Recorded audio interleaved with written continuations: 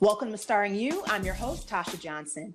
I'm thrilled to introduce you guys to Lisa Irby. For those of you who don't know who she is, where have you been?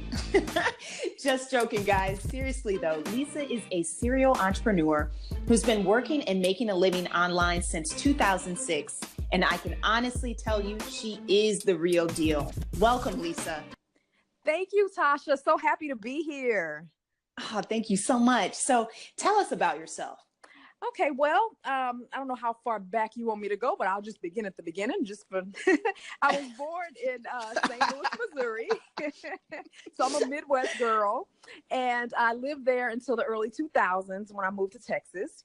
And I thought I was going to have like a long-standing career with American Airlines, right? But my internet business had other ideas. So in 2006, I decided, I'm going to take the leap, and I quit my 9-to-5, and I've been doing my internet business since 2006.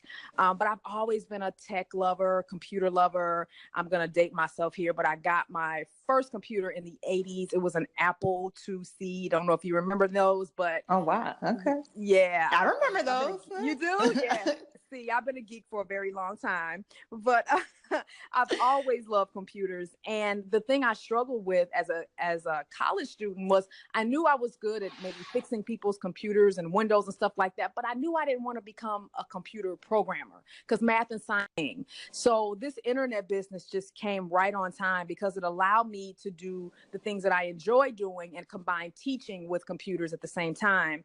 And so, yeah, it's just been history since then. But I love traveling.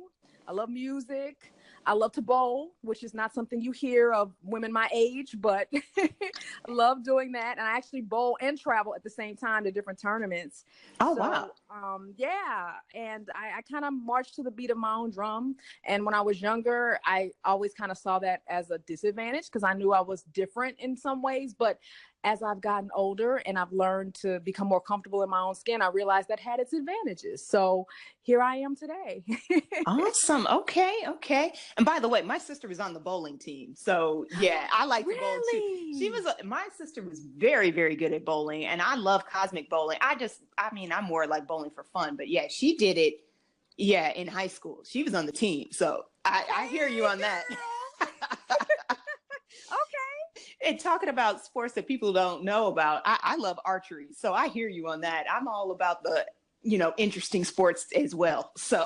Wow, archery. I'm impressed. Oh, archery is fun, man. That's my way to relax. I know that sounds crazy, but I do. I love it. I really do. I can play archery on the Wii. That's about it. Okay.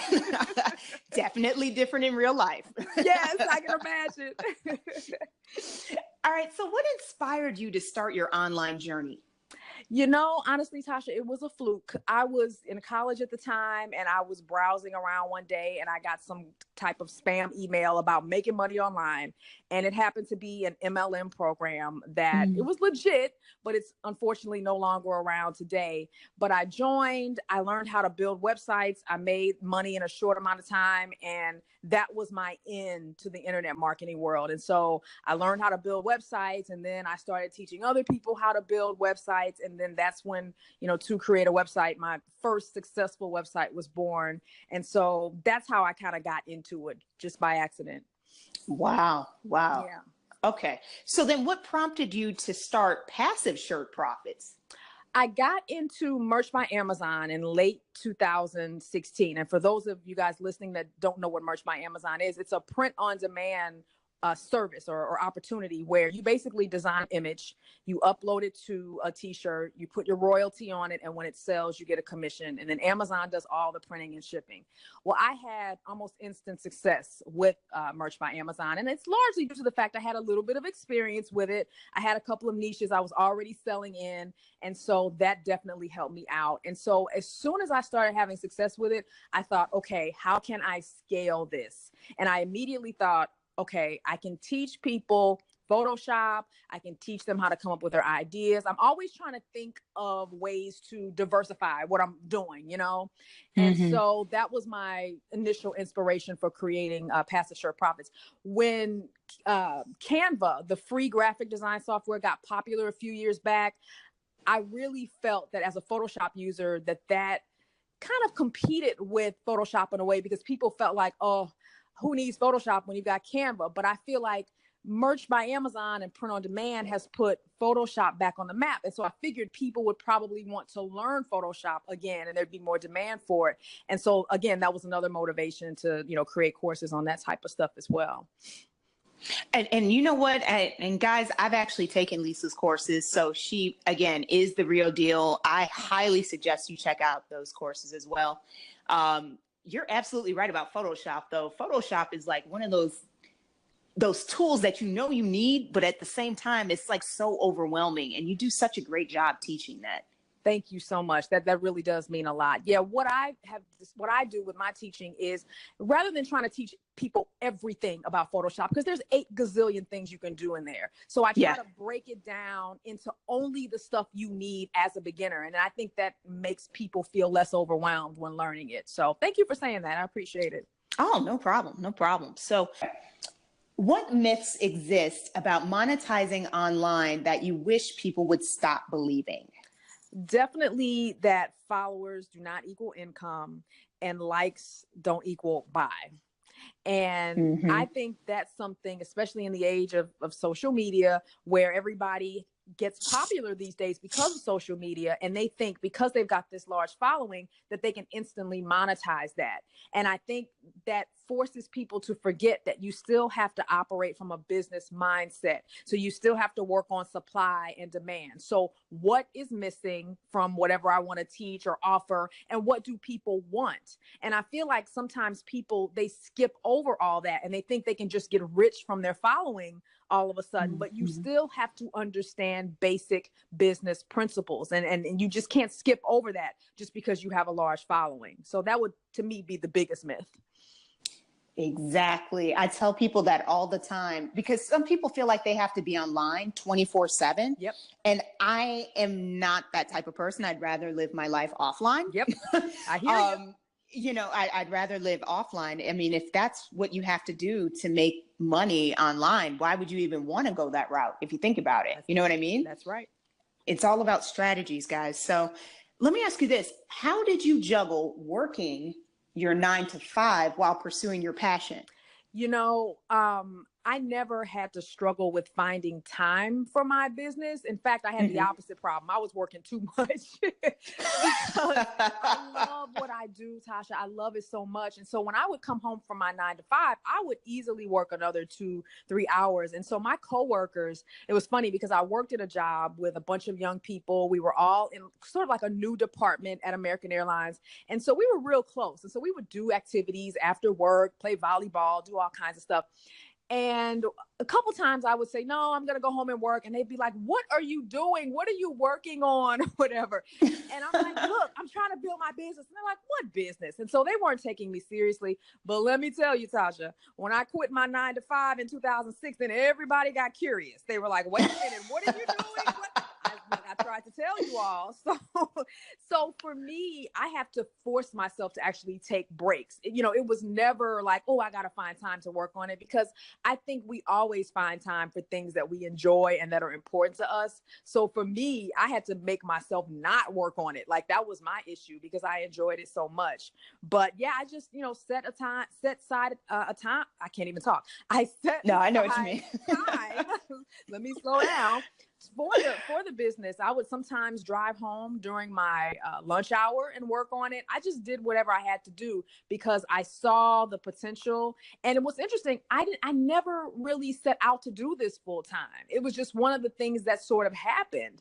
And so when I realized, oh, wow, I really can do this full time, I was just like full steam ahead, focus.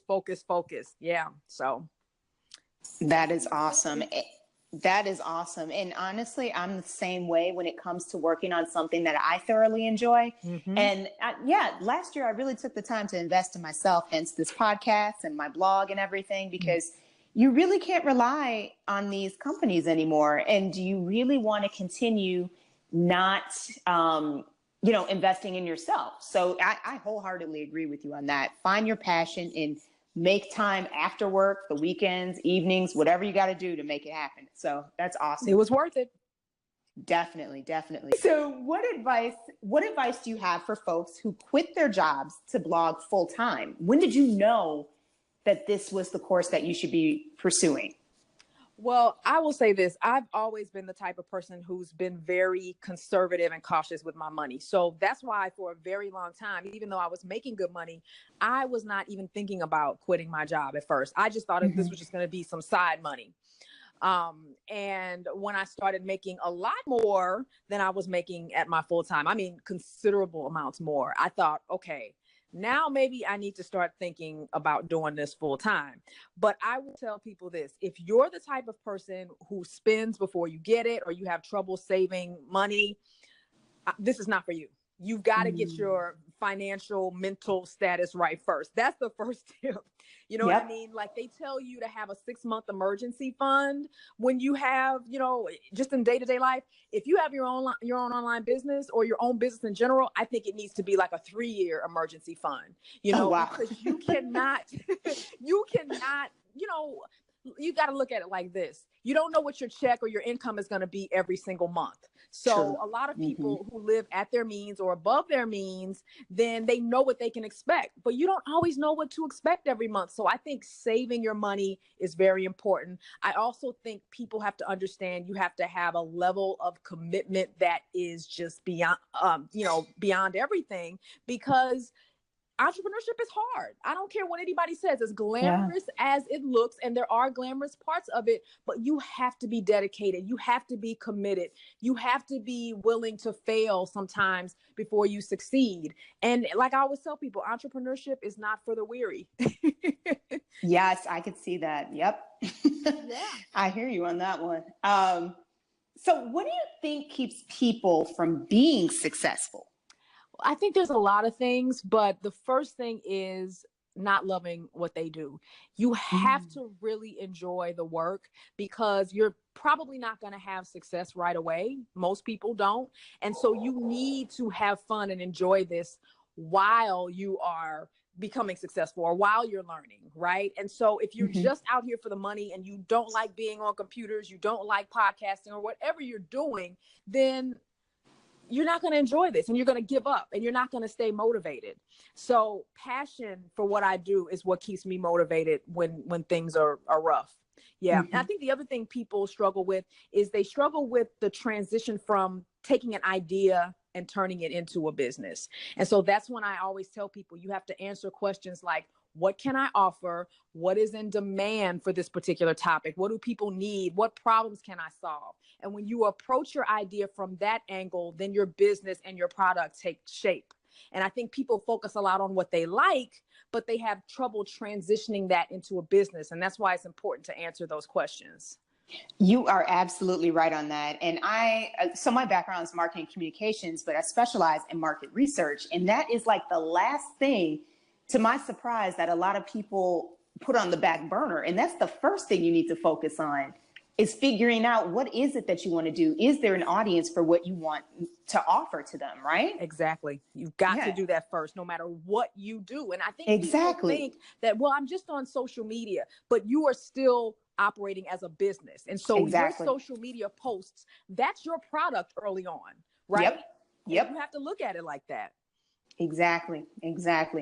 So what advice do you have for people like myself who suffer from analysis paralysis? I would say just do it, honestly, because a lot of times, and this is not for everybody, but a lot of times analysis paralysis just means I don't want to mess up. I don't want to fail. And so you try to over prepare because you're trying to protect yourself from that failure. But here's the deal. Failure, as much as we hate it, it can be your best friend, because if you don't fail, you don't know how to adjust. You don't know what to fix. And if you just sit there and you overanalyze, you never put anything out there. And what I tell people too is that there is no such thing as launching a successful website. Websites become successful with the tweaks, with the adjustments over time. And so once you put that out there, then you say, okay, this isn't working so well. Let me shift this and turn this around and remix this. Oh, now I see what I was doing wrong. And so sometimes you're not going to have everything in place, and that's okay. Just do it, and then you will learn. Exactly. That's you know what? Honestly, I've gotten much better at taking my own advice because I always tell people just do it. But then with myself, it's like something totally different. Right. It's like, who's that crazy woman always telling people to just do it? But yeah, you're absolutely right. Once you start making the adjustments, then you can see what works and what doesn't work. So I wholeheartedly agree with that. So how do you stay motivated though? You've been doing this for so long. How do you keep coming up with fresh ideas and just feeling inspired? You know, and I hate to sound like a broken record, but I just go back to loving what I do. Every Mm-hmm. single website that I've done always has the same element, and that's a teaching element. I tend to teach what I know. And so I feel like as long as I can do something where I'm teaching or explaining or making videos or whatever, that's my thing. And so that's why I think it's so important, whatever you do, is to find your thing, whatever that is. Now, don't get me wrong. There are times when I do kind of struggle with creativity or whatever, but that's when I know I need to take a break. I tend to be a workaholic sometimes and work a whole lot. And I always know when that creativity drops, especially with the t-shirt business, I'm like, okay, I need a vacation. I need to step back because I've just been working too much. But yeah, I think you've got to start with what you love, and that will take you so far. A lot of people are trying to build businesses on things that they have no interest or passion in, at least not for the long haul. And that'll get you in trouble every time. Yep. I always tell people too, money means nothing if you don't actually enjoy what you're doing. Preach. You know what I mean? Like it really doesn't. I know, there's nothing wrong with trying to make money, but some people just take it to like a whole nother level, like, and give it this, put it on a pedestal when it really, in the end, I mean, do you want to work yourself to death? Exactly. You got to enjoy what you're doing. So yeah, that was one of the reasons why, and I'm serious about this, guys. She was one of the people that I started kind of following early on. Like even as a marketer, you're still looking for other people, other ideas. And you just stood out from the crowd because you were just so authentic to me. And I'm sure it's coming across in this podcast as well. Thank you so much. That's the one thing I strive to do with whatever I do is be authentic and honest, especially in the make money online space, because there is a lot of fluff out here. Definitely. So I've got a couple fun questions for you. So what's your favorite 90s song to listen to when you're working? Okay, so I'm going to cheat a little bit on this because it's hard for me to just come up with one song, but I will give you some groups, okay? So, all right. In Vogue, I was a huge In Vogue fan. Let me tell you, Tasha, I wanted to be the 5th member of In Vogue, okay? Yes. I loved In Vogue. I went to all their concerts when they came to St. Louis. I was a big SWV fan. Yes. Boyz II Men, Jodeci, TLC. Yes. So I have a playlist on Spotify right now, and so I just have that 90s playlist. It's so funny that you asked me that question, because I'm like, I was such a 90s R&B fan. So yes, pretty much all those groups, and there's probably a ton of others. But now in 2018, I have such an appreciation for that music because it's gone now. I think we agree on that one. My playlist is stuck back in the 90s and 2000. That's about it. I mean, and when I say 2000, I mean like early 2000, when music was starting to kind of change, and not necessarily for the better. I may be dating myself, but let me have my moment, people. Yes, I can relate. Take me back to the 90s or even the 80s any day. Yes, I agree. So let me ask you this too. So designs and colors matter when it comes to creating a successful t-shirt. So if you were to add a new color to the crayon box, what color would it be and why? This is a fun question. I like this. For me, I don't know what I would call it, but it would be a combination of like a bright orange infused with a little bit of fuchsia. So like a really bright color. And the reason is I tend to do a lot of shirts that are targeted to women. Okay. And black shirts sell more than any other color. And so that color, it looks so good on a black shirt. And so when you got a nice font and just the right design, that's one of my favorites because the shirt stands out and Yeah. I don't know what you call it, but that's what I would use. That's an interesting combination too. I could kind of visualize that. That would be cool. I could see that. I could definitely see that. So if you weren't conquering the print on demand industry, what would you be doing? Definitely teaching. I never realized how much I like teaching actually until I got online. But when I think back to when I was a little girl, I used to line up my little stuffed animals. Oh, so did I. Did you? And I stood in front of them and I would teach. And I didn't think anything of it until I was an adult. And I was like, wow, even back then I was teaching. And I don't know why I never thought I wanted to be a teacher. Just being real, maybe it was because I thought teachers didn't make enough money. I don't know what it was, but just being honest. But I have to say this, teachers are amazing because they change lives for people. It's not just about the money. You know, they have an impact on kids' lives and shape them to be the people they are today. And so we need teachers in our world. So there's no shade to teaching at all. I just feel very blessed that I've been able to combine teaching with computers and something that I really love. And I'm able to, you know, make good money doing that. So yeah, I would be teaching in some capacity, I'm sure. Okay. So name a talent that most people aren't aware that you possess. I don't know if this is actually a talent. It's probably more of a trait, but I will say I have a memory like an elephant.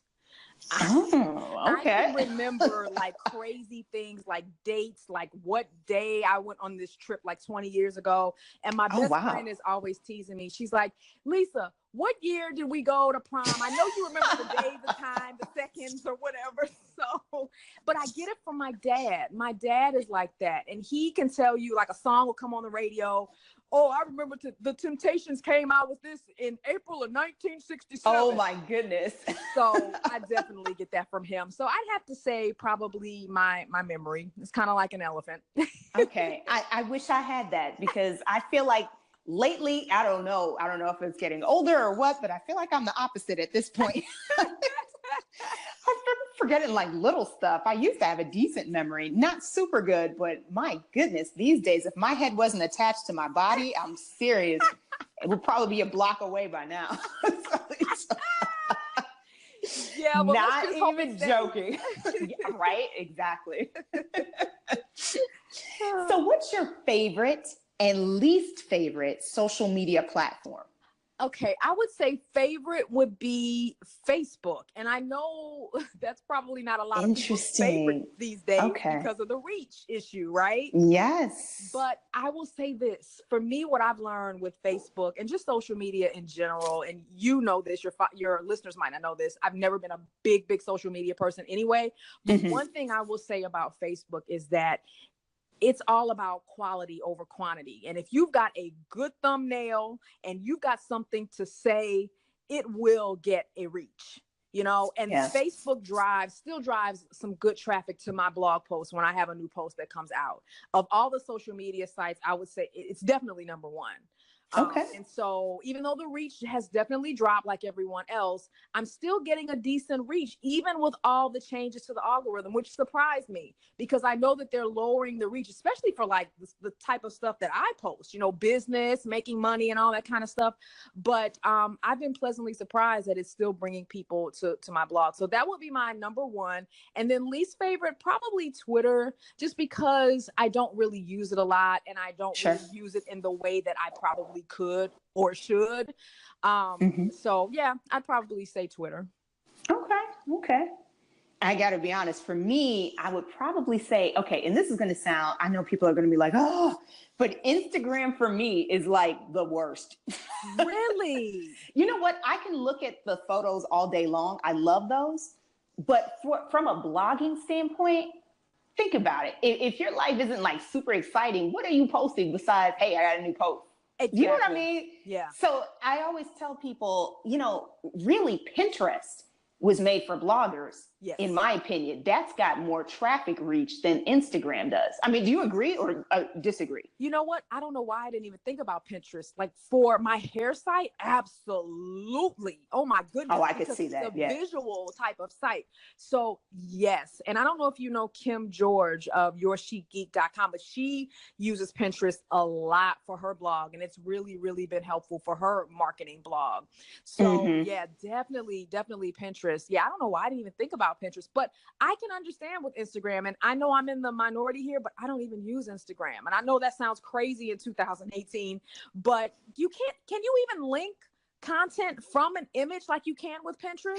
You actually, okay, it depends on how many followers you have. And that's the thing too. I mean, if you've got a substantial amount of followers, and by the way, I see why you didn't think of Pinterest, because Pinterest is really a search engine, not a social media platform. So that's my fault for, mixing the two. But I was just thinking in my head, I'm like, I hope people think about Pinterest, because a lot of people don't bring that up. True. So I just wanted to kind of toss that out there. But yeah, you can if you have a certain amount of followers. So Instagram does allow you the capability to link. But again, it's tied to the number of followers you have. And that's one of the main problems that I have with Instagram, because it seems like everything is contingent upon how many followers you have, and then you get access to this feature or that feature. I don't like that. I don't like that at all. And I realize, I know some people will be like, that's good, you only have such amount of followers. But here's the thing. One, I do know that Pinterest is actually better for bloggers. But two, I don't think, that it did not start off that way. It seemed to take the fun out of everything, in my opinion. Instagram didn't start off being that, I don't know, like follower driven. And again, if there's a lot of people that are Instagram, users, and you feel differently, please make sure to call in to the podcast, and let me know what your thoughts are. But I feel like a lot of these sites have kind of taken a change. I don't want to say for the worst, but I don't know. I don't know. Maybe I should just stop talking. No, that's valid. And that's really good to know, because someone like me, I don't use it at all. So that's very interesting to know. And I've always wondered, I've heard a lot of bloggers say that they don't feel like Instagram has really helped them with their traffic directly. It's really more about your brand and personality and stuff like that, but not so much as getting like direct conversions from Instagram. You know what I mean? Exactly. Yep. Okay. Yep. Exactly. Wholeheartedly agree with that. Yep. So let me ask you this. What piece of advice do you have for aspiring bloggers? I would say that do not give up, because it's going to take time. Okay. And we live in this society, Tasha, where we're so used to instant gratification, right?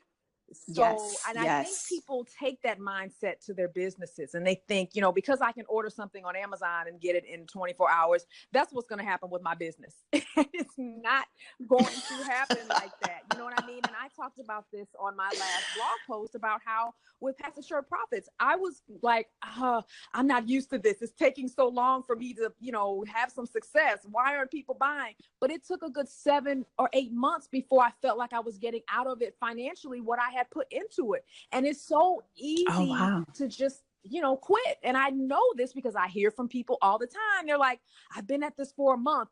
I'm like, you've been at this for how long? You need some more blood, sweat, and tears. I'm sorry. That's not long enough. But yeah, and I think people want to give up so quickly, And the other thing too, be careful of comparing yourself to other people. Your journey is your journey. And I see that with Merch by Amazon all the time, where people want to know, well, how long is it going to take me? Focus on your journey. Just because it took this person 2 weeks, it might take you 3 months. But if you stick with it, you can still have success. Focus on what you know, and kind of just keep your head down and just stay focused. And I know that's hard to do sometimes, because we want to compare ourselves to everybody else, and that's natural. But that can also get you into a lot of trouble, So true. So true. And I'm a runner. So run your race at your pace. Oh, I love that. Is what I always, oh my goodness. Yeah. It's kind of funny. That's actually one of the t-shirts. I was going to say, that's a t-shirt, Tasha. Yes, that is definitely a t-shirt, because I love to run. So that's like you hear that all the time. in the running community. Run your race at your pace.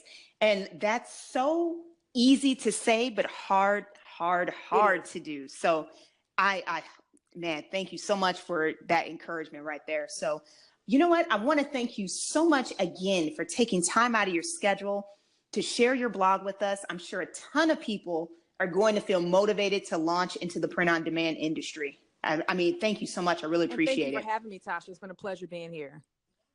No problem. So huge thanks to those of you listening to today's podcast. If you're seeking to connect with other bloggers and entrepreneurs, be sure to join our free Facebook group called Goal Slayers. If you enjoyed this podcast, don't forget to write a review on iTunes and Google Play. Remember, if you're everything to everyone, then you risk being no one. Creating your blog is the first step to investing in yourself and allows you the ability to connect with other people. You never know who you may inspire. See you in the next podcast.